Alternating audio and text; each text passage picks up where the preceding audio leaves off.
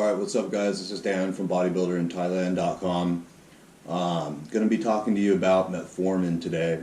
So metformin is basically a nutrient partitioning agent, and it can be very beneficial to your bodybuilding. Alright, so this is a chemical that is prescribed for type 2 diabetics, okay? And it's like the first line of defense against type 2 diabetes. And while you might think, why would I need that? It's actually very powerful, and that's because of the way that it helps your body to process carbohydrates. Let's talk about really quickly why metformin helps diabetics and what it does for them, okay? So as we all know, insulin is basically one of the most powerful hormones involved with your body composition, basically, and adding or losing weight. Basically what insulin does is it tells cells either to, when insulin is present, it tells cells let nutrients in. And when insulin is not present, cells cannot let they cannot let energy in, okay? So basically, if you want to be anabolic, if you want to be building up the body, you need to have insulin present. And if you're going to be catabolic, or tearing down the body, you can do that preferentially. If you're cutting, you're going to be in a catabolic state where the body is losing mass, but you want to be able to maintain the muscle. But you're still going to be catabolic, which means tearing down the body, losing weight. You want insulin levels to be low so that the cells are not able to uptake as much energy, but you'd want to make that targeted towards your muscle cells, okay? So what metformin does mostly is it sensitizes the body to insulin, okay? So it makes you insulin sensitive. And let's talk about why that's so powerful. So for a diabetic, a type 2 diabetic, the reason why they get type 2 diabetes is because they become insulin insensitive. And that's because insulin and our sensitivity to it is affected by things like sugar and how much you eat. If you've ever been on a ketogenic diet and then you go and have a carb day, or a binge or a massive cheat meal or something like that, when you've been on that ketogenic diet for a little while, you'll notice that the way your body feels is like it just got hit by a truck. Whether that's increased energy, whether that's fatigue, whatever, you're going to feel a huge difference that normally you wouldn't feel with eating that amount of carbohydrates. So it's that's like insulin sensitivity. When you don't eat carbohydrates, your body gets more sensitive to the effects of insulin and more sensitive to carbs. When you eat a lot of carbohydrates, and a lot of especially fast-acting carbohydrates and sugars, your body becomes less sensitive to carbs and insulin. So this is what happens with type 2 diabetics, because these people, most of the time, some people are just very genetically predisposed, but most of the time they've been not exercising, and they've been eating a bad diet, and they become insensitive to the effects of insulin. So their body and the insulin it produces no longer is able to stimulate their cells to let energy into the cells. And so then what happens? Well, their blood glucose rises because the glucose in the blood is not able to get into the cells because there's not enough insulin present anymore that their body's creating. So then having high blood glucose can basically kill you. That's diabetes. And so why that needs to be controlled. And so one way to control that is, if your blood glucose is too high, to like a type 1 diabetic, inject yourself with insulin. The other way would be to resensitize you to the effects of insulin, all right? So what metformin does is it attaches to cells and it makes these things called GLUT4 receptors. And GLUT4 receptors tell the cells to uptake carbohydrates, okay? And so it sensitizes the cells to carbohydrates. And this is, if I'm not mistaken, this is in the presence of insulin or not in the presence of insulin. What happens when you do a workout is your cells produce GLUT4 receptors. This is without metformin. But that's why your body, after a workout, is able to utilize carbohydrates more effectively, because there's GLUT4 receptors that are produced on the outside of cells, which then signal the cells to uptake extra carbohydrates. Because, like when you're weightlifting, you're burning glucose. And so then when you are finished, your body needs to, restore those glucose stores. And the way that it signals to do that is by, on those muscle cells, on the outside of them, it creates these GLUT4 receptors that are a temporary thing that cause carbohydrates to go into the muscle, okay? So metformin does this by itself, okay? It creates these GLUT4 receptors, all right? So that automatically, and it does it preferentially on muscle, okay? It does not do it on fat. It does it preferentially on muscle. So that right there alone is going to alter the way that your body processes carbohydrates, food, okay?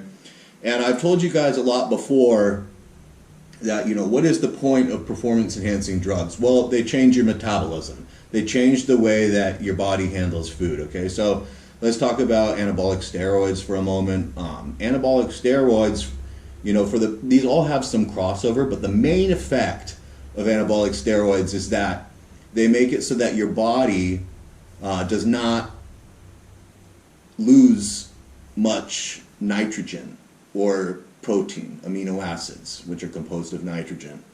Okay, so they make it so that your body doesn't lose the protein that you intake. Okay, it doesn't lose it. It keeps it, stores it. It's good by nitrogen retention. If you read on, like, if you have any pharmaceutical, or if you've ever read the insert on any pharmaceutical grade anabolics, it'll say anabolic hormone for the retention of proteins. That's basically the reason of anabolic steroids. They also do other things, but those are more on the side. Okay, the main effect is that they make it so that you don't lose protein. Okay, let's talk about another one. Growth hormone. Growth hormone stimulates the entire body, the entire metabolism, really. It makes it so that carbohydrates are preferentially used for muscle purposes. It also makes it so that it directly attacks fat and puts it into the blood, fatty acids, releases fatty acids into the blood for burning. And then at the same time, it also increases nitrogen retention, okay? And then you have something like metformin, which its job is to make it so that you are processing carbohydrates effectively, okay? And how does it do that? Well, one of the ways that it does it is making your cells more insulin sensitive by producing GLUT4 receptors, and then you're going to have more carbohydrate uptake into your muscles, okay? So that's what I'm talking about, nutrient partitioning. Basically, if you want to have your body running like a machine and have the most anabolic effects, well, then you're going to want to have as maximum nutrient partitioning as you possibly can, okay? And that's with all the different macronutrients. There's 3 macronutrients: protein, fat, and carbohydrates. So you want to be utilizing those to the best of the ability, everything you eat, protein, fat, and carbohydrates, to burn fat and build muscle. That's how you're going to be making the best gains. So when we're talking about performance enhancing drugs and optimizing them, this is going to be like the main goal of what you're doing is, partitioning nutrients optimally. That's what you want to get out of performance enhancing drugs mostly. As far as like building up muscle and burning fat, you want to be able to utilize them in order to make it so that the food goes to the cells that you want it to and stays away from the cells that you don't want it to. All right? So now that you can see that metformin helps us to be able to process carbohydrates effectively, let's talk about more metformin effects, okay? So the other thing is that it also decreases your intestine's ability to absorb carbohydrates.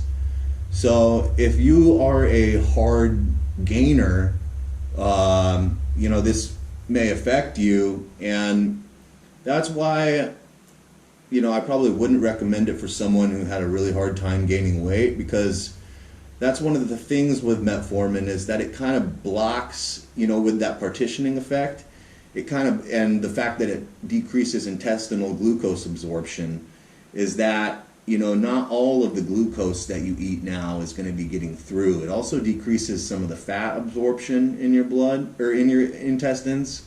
So you're getting a little bit less, some more of the food that you're eating is not even getting into your bloodstream when you're taking metformin. So if you have a really hard time gaining weight, this is not going to be effective for you. However, if you're trying to lose weight, or if you, maybe have a harder time gaining weight without gaining fat, or you have an easy time gaining weight, this could be, very, very beneficial for you. So there we go with the intestinal absorption, okay? It decreases carbohydrate and fat absorption from the intestine. And so one of the things with this is that your shit it's not going to smell good when you're using metformin. Not that it ever does, but it's going to smell a lot worse. And it's going to have a specific metformin smell, because metformin is pretty much unchanged. It comes out and it's kind of like weird. Like if you taste metformin, it doesn't taste good, okay? And it comes out pretty much unchanged, like it's not really metabolized much by the body and like turned into any metabolites, like cousin compounds or whatever, like a lot of things are, when they're deactivated by the liver and etc.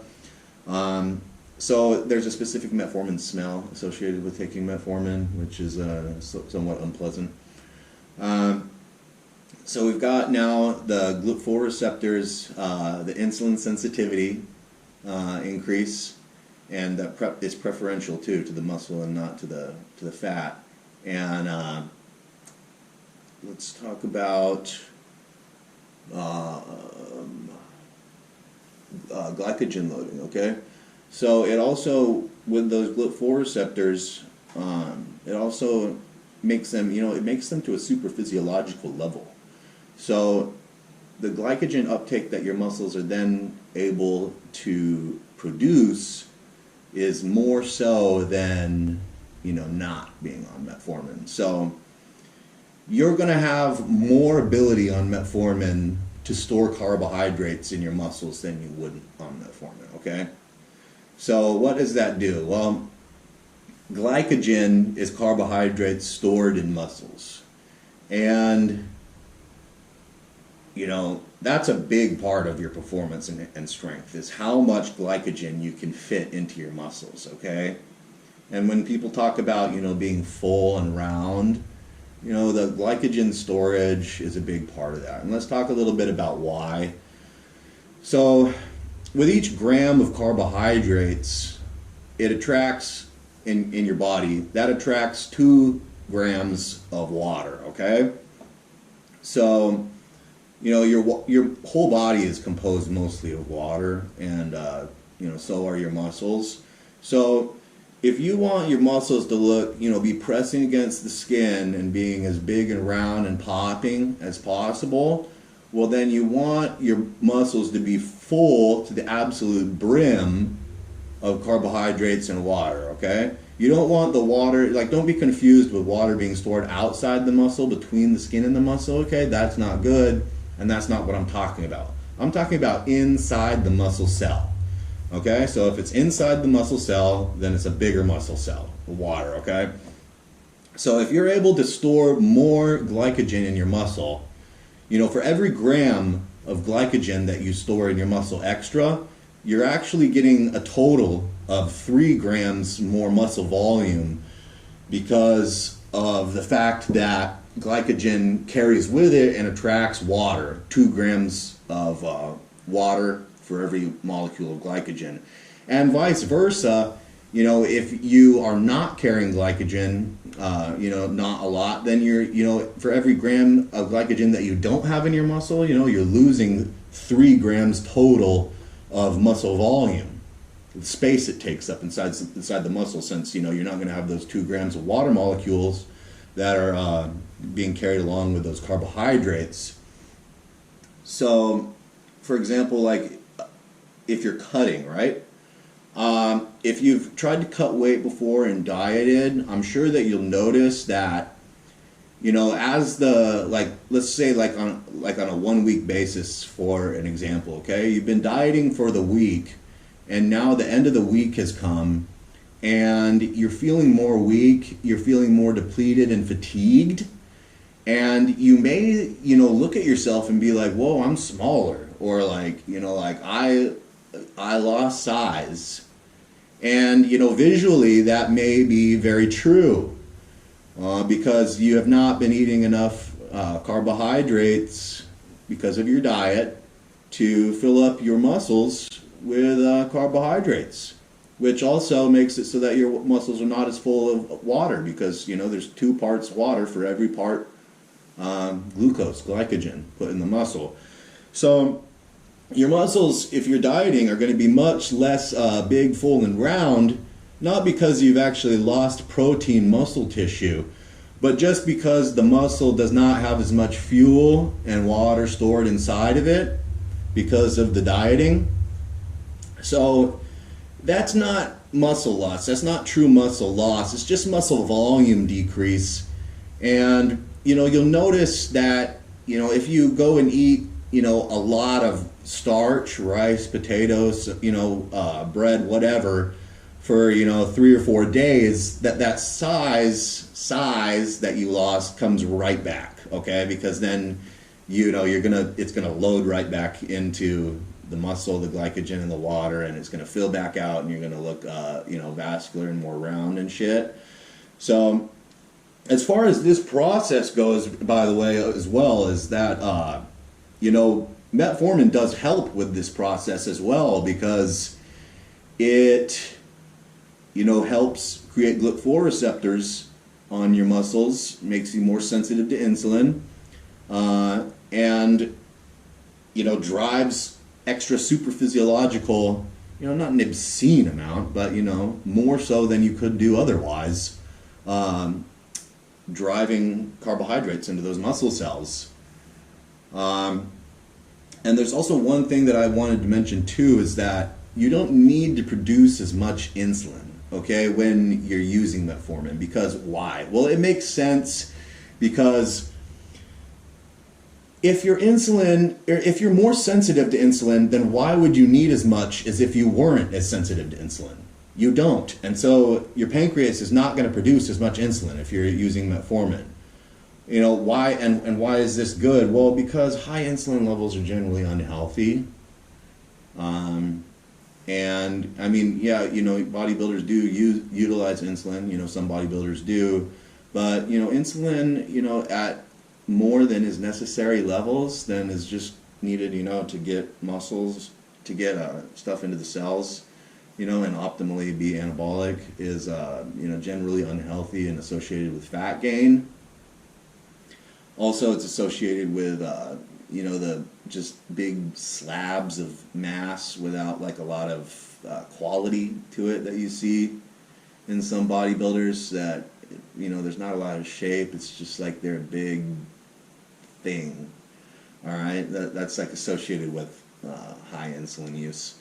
So the other thing is that fat burning cannot happen when insulin levels are high. Okay, so we're talking about like nutrient partitioning and, you know, getting the best effect from your food that you eat. You know, you want insulin levels to only be just as high as they need to be in order to get the nutrients into your muscle cells. And other than that, you want them to be low, okay, for health and for fat burning. And yeah, that's pretty much it.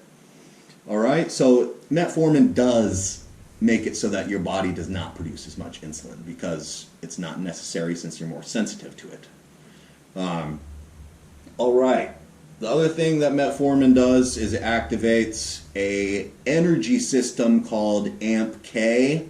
Okay, there's two energy systems. There's a carbohydrate energy system, and then there's which is, you know, a fast burning, you know, high energy utilization energy system. That's called mTOR.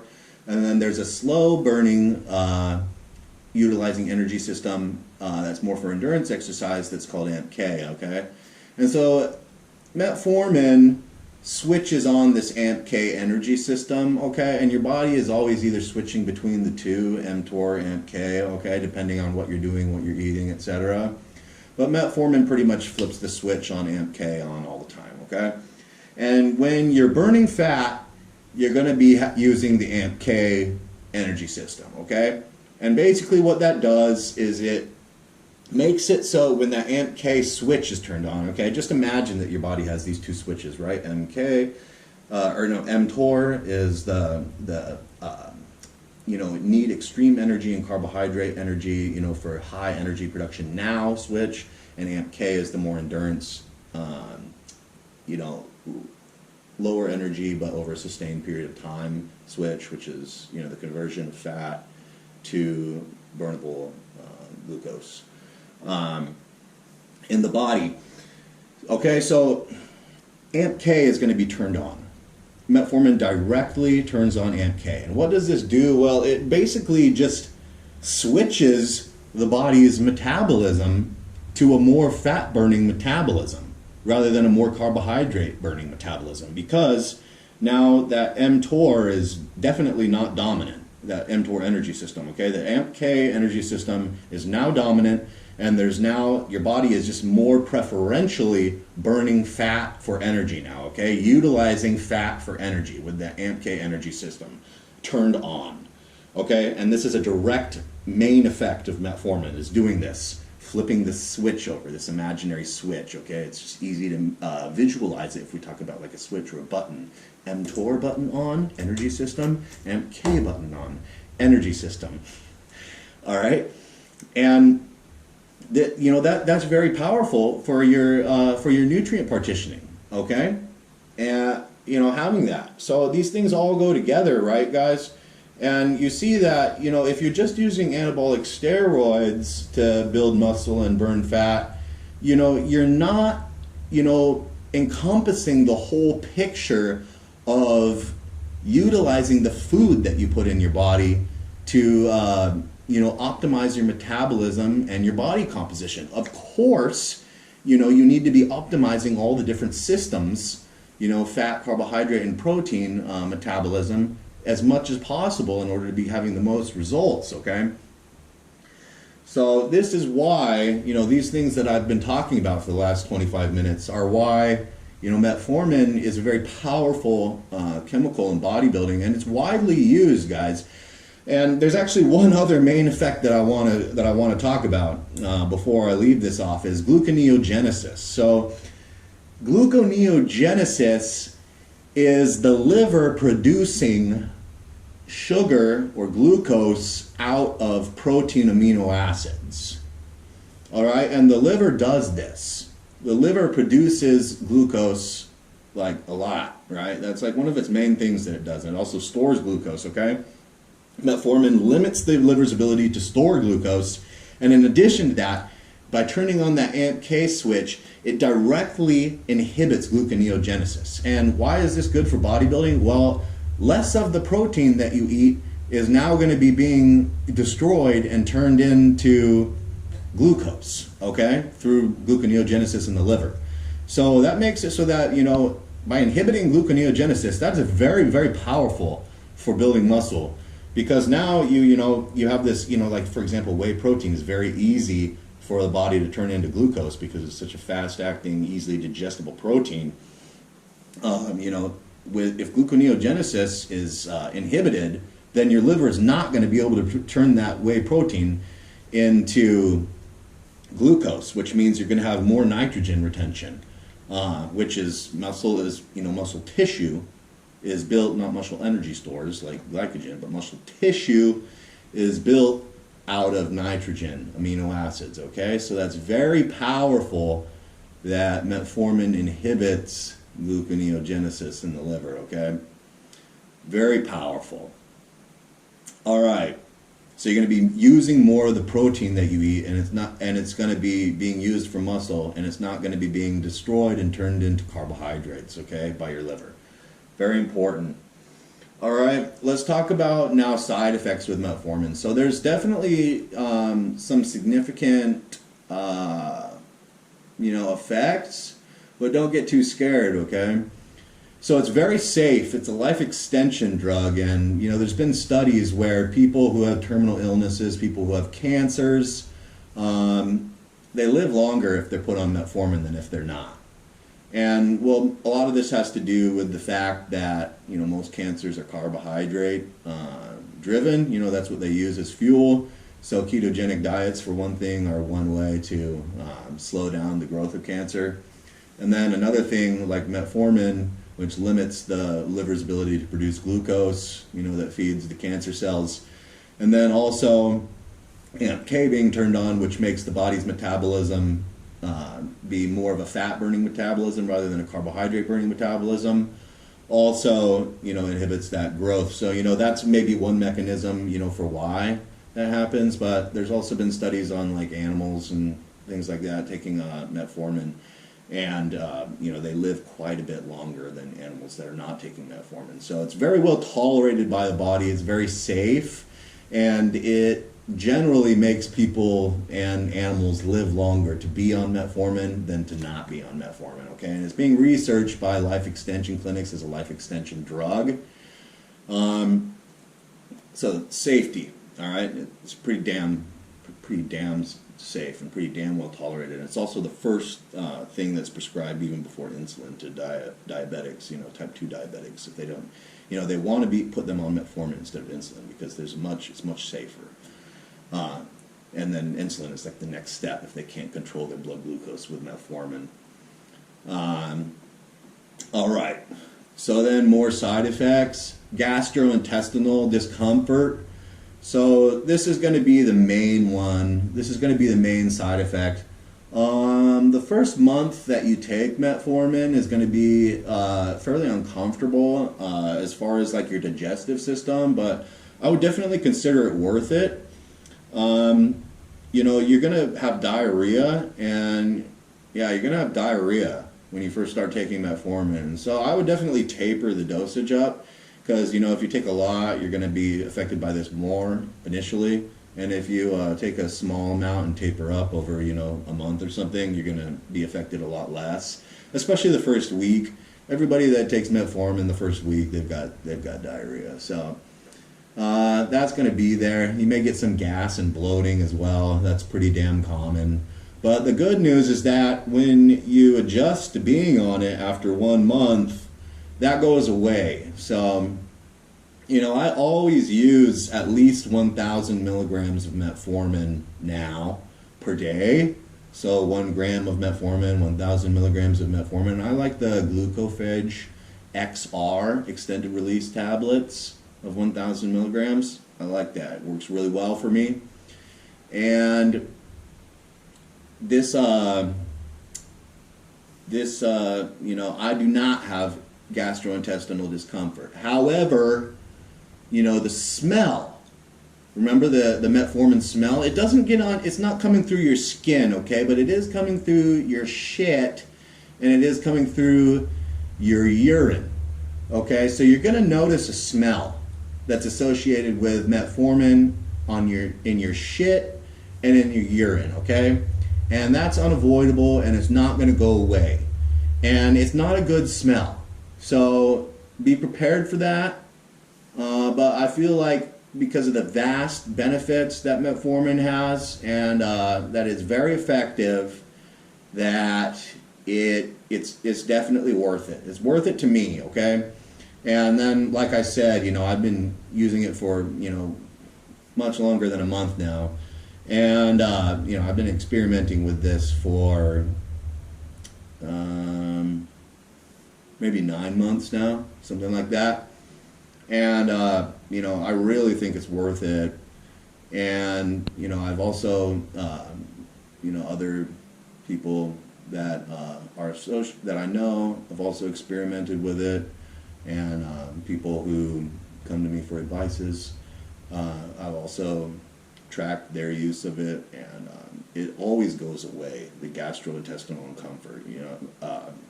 1 month seems to be really normal, that the body and the gut normalizes to it, and there's no more problems with that, like no bloating and no diarrhea. So that's temporary. As far as, and that's pretty much all the side effects. I mean, there's not really any other side effects other than what I just mentioned. And basically, like, how powerful, like, would I say metformin is? As far as it, like, having an effect on your physique or, like, the way that you look, I'd say it's, like, really powerful. I'd say it's, like, as powerful as, like, adding, like, maybe adding, like, an oral anabolic steroid to your stack or something like that.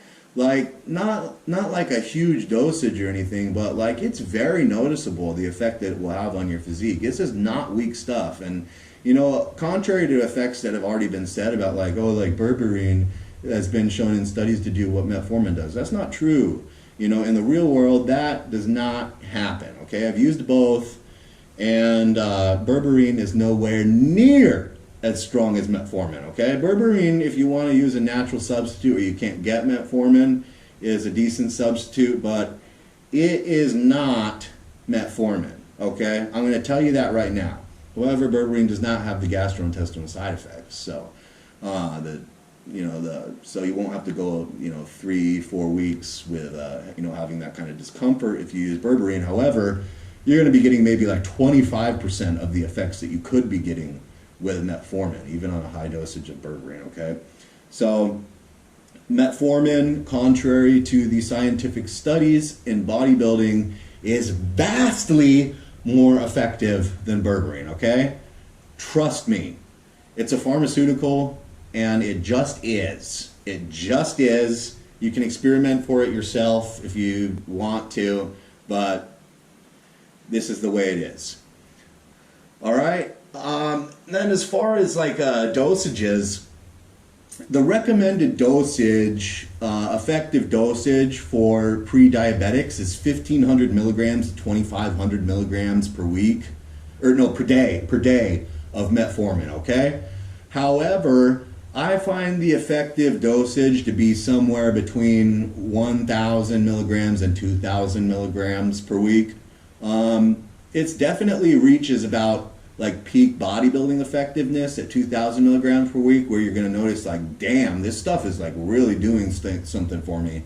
And at 1,000 milligrams per week, it'll be more subtle, but you'll notice, over a short period of time, like this is making an effect on me, okay? And I mean, that's pretty much it, guys. I covered everything, and this is why I think that metformin is a very powerful and underrated and not talked about bodybuilding drug, maybe because it's not very exciting talking about what it is. It's called an insulin mimetic or something like that. It's very much less exciting than talking about growth hormone or anabolic steroids and things like that, all right? But, don't get confused though, because, there's a lot of top bodybuilders, pro bodybuilders that are on metformin, and a lot of them are using really high dosages of it, okay? And a lot of just like people who have used metformin and know about it are using metformin, okay? Some people use it to like kind of like mitigate like cheat meals, you know, having some like when you have a cheat meal, having a metformin along with that. However, I don't suggest that because the gastrointestinal side effects are not going to be pleasant. I don't think that metformin is good for like using just sometimes. I think you either need to be using it like all the time, or you know, for a block, a set of time, or not using it. That's how I would do it. All right, this is Dan from bodybuilder in Thailand.com.